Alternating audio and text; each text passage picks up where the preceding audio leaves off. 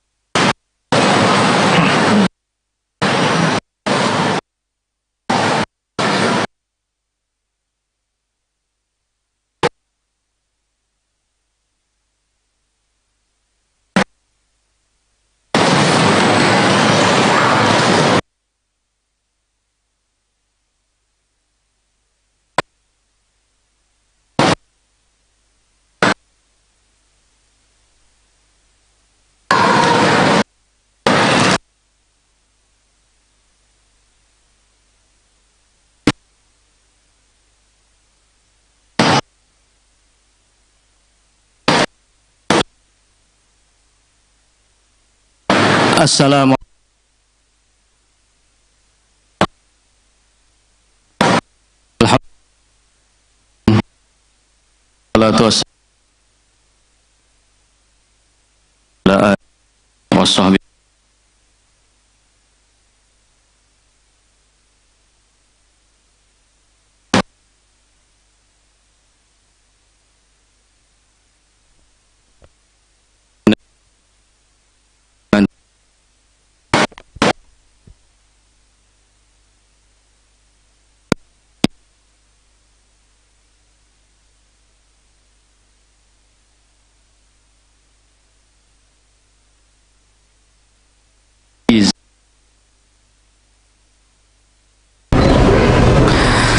Jemaah salat tarawih masjid Nasrul Masjid yang dirahmati Allah Subhanahu wa taala. Bersyukur di Ramadan yang ke-7. Malam hari ini kita bisa melaksanakan salat tarawih jemaah. Dan mudah-mudahan selama 1 pekan ini kita melaksanakan ibadah di bulan suci Ramadan, keimanan dan ketakwaan makin meningkat Allah taala. Ramadan dikenal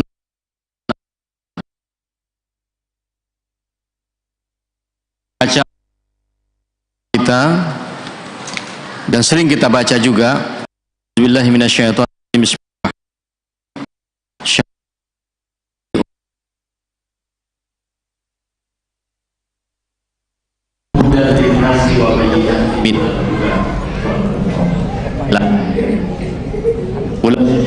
Bulan diturunkannya Al-Quran. Al-Quran itu adalah petunjuk Al-Bulan dan penjelasan terhadap petunjuk-petunjuk itu dan sebagai pembeda Al-Furqan. Jadi petunjuk atau Al-Huda itu bisa datang kapan saja dan di mana saja. Nabi Shallallahu Alaihi Wasallam menawarkan sebuah format soal hidayah ini. Orang yang mendapatkan hidayah dan orang yang mengajak kepada hidayah itu akan diberikan balasan lebih baik daripada dunia dan seisinya, atau lebih baik daripada onta merah. Onta merah itu adalah 1 dari 1000 onta, itu baru dapat onta merah. Onta yang sangat bagus, sangat unggul, sangat kuat. Ketika Nabi menjelaskan, kama qala Rasulullah sallallahu alaihi wasallam, ayyahdillahu bika rajulan wahidan khairul laka minad dunya wa ma fiha. Siapa yang mengajak seseorang kepada hidayah, lalu kemudian dia mendapatkan hidayah itu, maka seolah-olah dia telah mendapatkan kebaikan melebihi dunia dan seisinya. Bapak Ibu rahimahullah, sering kita baca Al-Quran, bahkan kita baca terjemahnya, itu adalah sarana kita untuk mendapatkan hidayah kepada Allah. Al-Quran bukan hanya dibaca, tetapi dia sarana juga untuk buka hidayah, karena Al-Quran adalah hidayah dan petunjuk. Karenanya mari kita cermati ayat yang ulun bacakan di awal tadi, yaitu surah An-Nisa ayat 56. Kalau yang satu juz satu hari membaca Qur'annya, Allah sudah terlewati, karena dia berada di juz kelima halaman 87 ayat yang ke-56. Bapak Ibu yang punya Quran, silahkan dibuka Qur'annya. Allah Subhanahu wa taala berfirman, A'udzubillahi minasyaitonirrajim, bismillahirrahmanirrahim.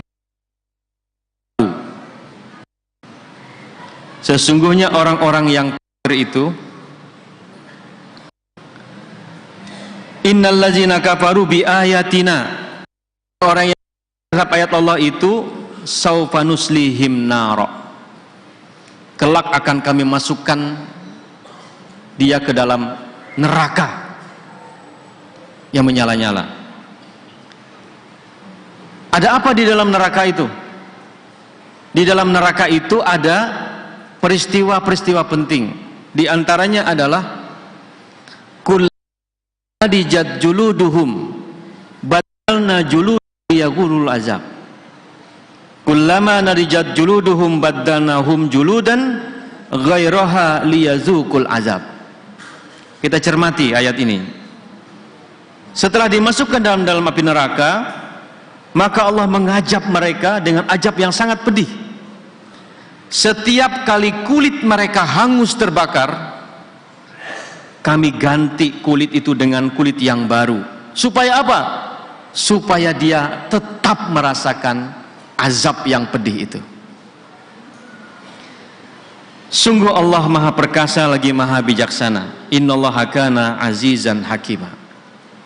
Jamaah, oh jamaah, kira-kira setelah mendengar ayat ini, apa yang terbersit dalam benak kita? Diajab dalam api neraka, lalu disiksa. Supaya tetap merasakan siksa, maka kulit mereka yang hangus terbakar itu kemudian diganti yang baru, supaya tetap merasakan sakit, supaya tetap merasakan azab. Nah, jamaah rahimakumullah, disinilah peran hidayah itu. Ada seorang ilmuwan berkebangsaan Thailand, namanya Profesor Dr. Tagata Tejasen. Beliau adalah mantan dekan Fakultas Kedokteran Universitas Chiang Mai di Thailand. Di tahun 81 beliau hadir dalam konferensi internasional tentang kedokteran Islam di Jeddah. Lalu kemudian beliau bersentuhan dengan ilmuwan-ilmuwan muslim. Diceritakanlah di situ bahwa Al-Quran adalah sumber ilmu pengetahuan, bahwa Al-Quran menjelaskan tentang bagaimana teori-teori kedokteran dijelaskan di situ. Salah satunya adalah teori tentang rasa sakit. Jadi jamaah rahimakumullah, teori rasa sakit itu ternyata ada dalam Al-Quran. Lalu kemudian Profesor Tagata Tejasen ini disodorkan ayat An-Nisa ayat 56 ini. Lalu kemudian beliau membaca, orang yang diajab di dalam api neraka adalah siksaan supaya sakit, supaya tetap merasakan sakit. Maka kulit mereka yang hangus terbakar itu diganti yang baru supaya tetap merasakan sakit. Ada apa sesungguhnya di situ? Lalu berdasarkan, karena beliau ini ahli anatomi, ahli tentang jaringan, ahli tentang organ-organ tubuh. Lalu kemudian beliau mempelajari, ada apa dengan ayat ini? Sehingga saya harus disuruh membaca ayat ini. Lalu kemudian beliau pulang, dan tahun 83 beliau datang lagi dalam konferensi internasional tentang kedokteran muslim di Jeddah lagi.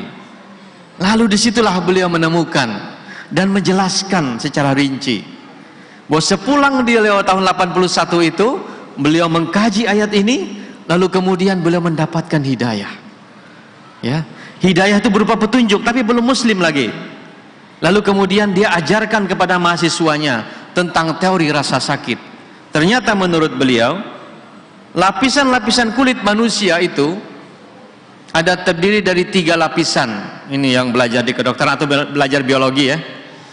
Bahwa lapisan pertama yang ada di atasnya, ini namanya epidermis.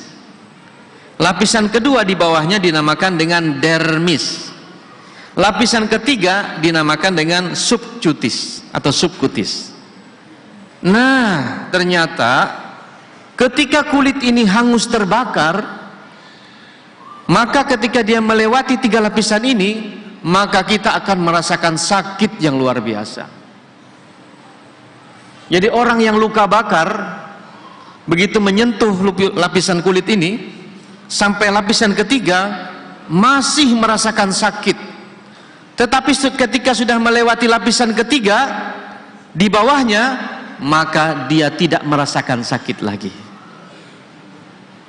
Ternyata kata Profesor Tagata Tejasen, Al-Quran sudah menjelaskan tentang ini. Ketika kulit seseorang itu hangus terbakar, kemudian makin dalam luka bakarnya, maka dia tidak merasakan sakit lagi. Mau dicoba? Ya, nanti coba-coba ya, pakai jarum gitu. Pakai jarum, coba dicantolkan tangannya itu, kulitnya ini. Masih sakit, coba masukkan lagi, maka tidak merasakan sakit lagi. Pernah disuntik lah Bapak Ibu? Muha-muha takutan disuntik. Coba dicoba. Begitu awal bersentuhan dengan kulit, maka sakit sekali. Kullama nadijat juluduhum badalna juludan liyazu. Itu ternyata rahasia. Sakit harus dipulihkan lagi supaya merasakan sakit lagi, dikembalikan lagi supaya sakit lagi. Selesai terbakar, maka dia tidak sakit lagi. Tahun 83 Profesor Tagata Tejasen ini, setelah dia menjelaskan tentang ayat An-Nisa 56 ini, lalu kemudian secara teori kedokteran betul dia bertanya, mana Muhammad ini? Dari mana Nabi Muhammad, Nabi kalian itu menemukan kalimat ini? Kalau bukan karena ini adalah firman Allah Subhanahu wa ta'ala.